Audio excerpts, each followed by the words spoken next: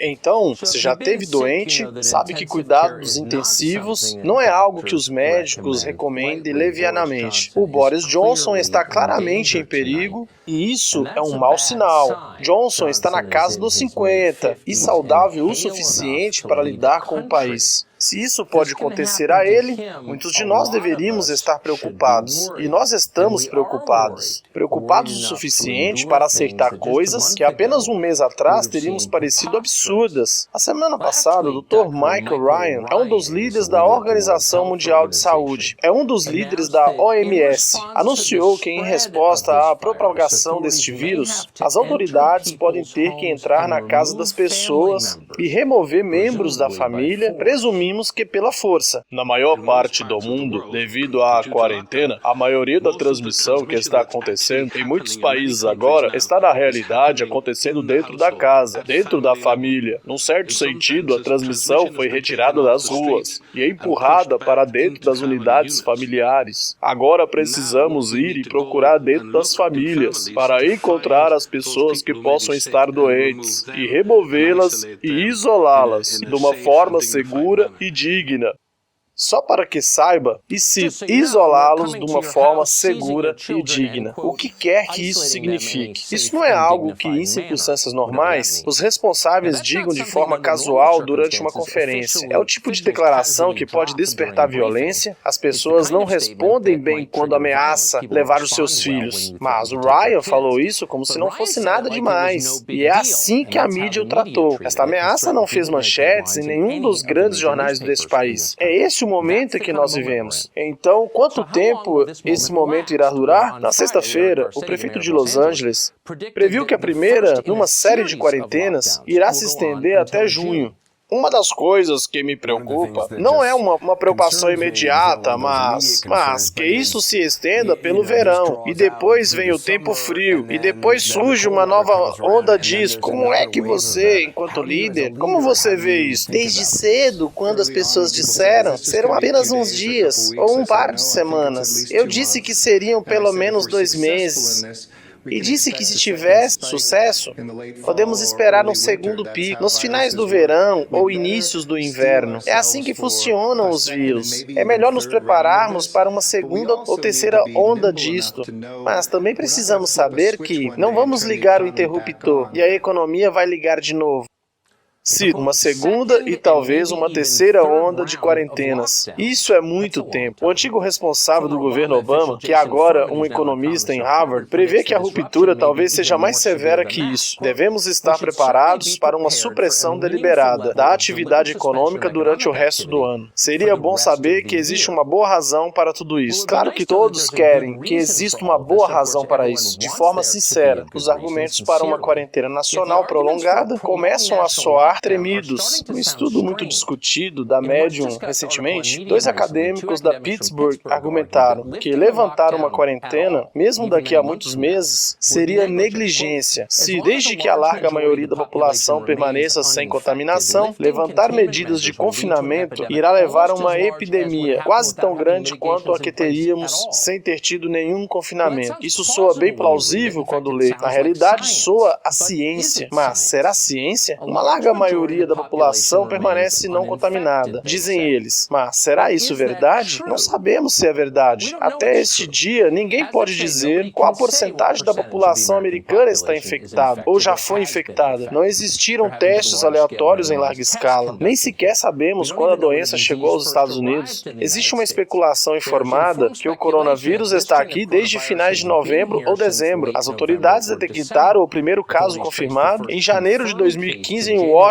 Um imigrante chinês não identificado de 35 anos aterrissou nos Estados Unidos depois de visitar a família em Wuhan e acabou num hospital nos arredores de Seattle. Aparentemente se recuperou, mas dependendo de como contam, o vírus tem circulado entre nós por cerca de 4 meses. Na maioria desse tempo, não existiu nenhuma tentativa sistemática de fazer quarentena. Quantos americanos foram infectados durante esses meses? De novo, nem sequer temos uma estimativa para isso, mas o número pode ser enorme porque o vírus vírus é bem mais fácil de transmitir do que aquilo que pensávamos. Nessa sexta-feira, vocês devem ter reparado que a CDC lançou novas orientações acerca do uso de máscara. O governo agora recomenda usar, cito, coberturas faciais de pano em público. Por que é que fizeram essa mudança? Porque investigadores estão aprendendo mais acerca de como este vírus se transmite de pessoas para pessoa. Os cientistas agora acreditam que o coronavírus pode ser transmitido por alguém que não demonstra sintomas, meramente por falarem. Lembra-se de quando lhe disseram que lavar as mãos era a chave para ficar seguro? Essa recomendação se baseou na crença de que o vírus vivia predominantemente em superfícies, e esse não é o caso. Ainda não temos exatamente a certeza de como o vírus se espalha, mas entre algumas populações, e isto é interessante saber, aparenta estar surpreendentemente bem disseminado. O artigo na mídia italiana, na última quinta-feira, descreveu testes de sangue numa vila da Lombardia. Essa é a parte norte, a parte mais infectada do país. Das 60 pessoas que compareceram para dar sangue, 40 testaram positivo para o coronavírus. Nenhum mostrou sintomas disso. Nenhum sabia que o tinha. Lembre-se de que a Lombardia tem estado fechada de forma restrita desde 9 de março. Isso foi quase um mês atrás. E, no entanto, quase 70% deste grupo pegaram o vírus na mesma. Uma reportagem de Hong Kong, em fevereiro, sugeriu que uma mulher diagnosticada com o coronavírus talvez tenha infectado outras pessoas a 10 andares de distância no mesmo prédio, ainda que nunca tenha estado em contato com nenhum deles. Os responsáveis de saúde concluíram que o vírus provavelmente viajou através da canalização para diferentes apartamentos, e não foi um palpite no escuro. Em 2003, um surto de SARS se espalhou da mesma forma. Então está começando a parecer que o coronavírus é mais transmissível do que aquilo que esperávamos, ou nos disseram. As boas notícias é que parece ser bem menos letal. As pessoas ainda estão morrendo em grande número. Nem todas são doentes ou velhas. E isso é aterrorizante observar. Mas à medida em que surge a informação, existem evidências de que muita gente infectada não está doente. A Islândia testou a maior fatia da sua população do que qualquer outro país do mundo.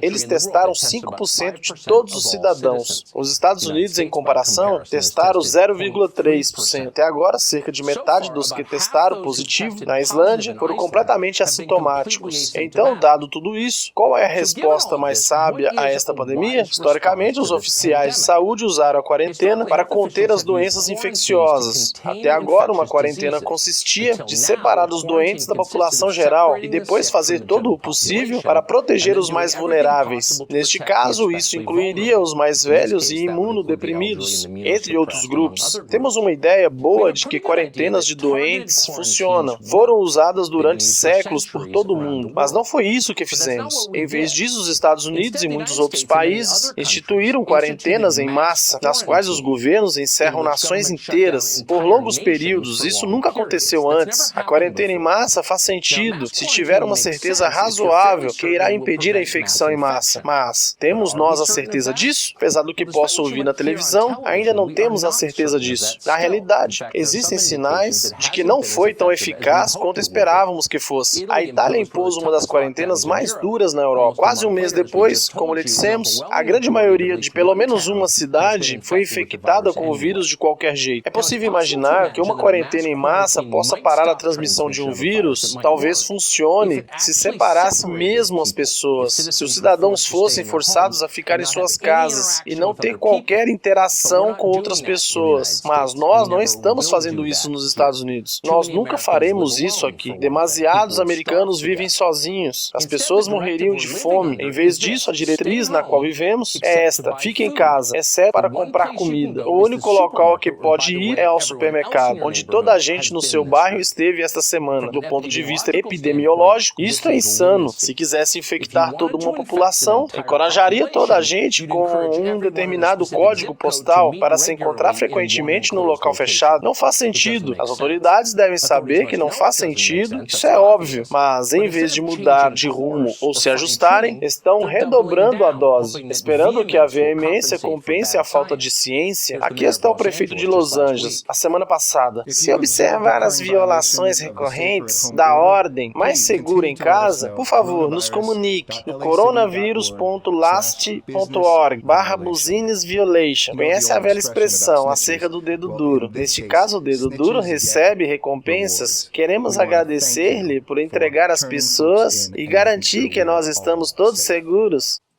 Então, acabou de ver o prefeito da nossa segunda maior cidade oferecendo-se a pagar a cidadãos para entregar os seus vizinhos, por entre outras coisas, por ousarem ir trabalhar. Trabalhar é uma atividade que nós decidimos que não deve ser permitida. Fazer jogging e ir pescar, tudo bem. Estar empregado, uma ameaça gigantesca à saúde pública. Nós decidimos que o local de trabalho são de alguma forma mais perigosos que os supermercados. É muito mais perigoso, mas ninguém até hoje se deu ao trabalho de explicar por quê. Os resultados disto, de acordo com algumas estimativas, mais de 17 milhões de americanos estão desempregados agora. É o maior número na história deste país. Daqui a um ano, e deveríamos pensar acerca disso, como é que todos nós nos iremos sentir acerca das decisões que tomamos diante desta pandemia? Existirá uma só pessoa esperando sinceramente que o coronavírus em si vá prejudicar mais pessoas no final do que os danos que estamos causando à nossa resposta a ele?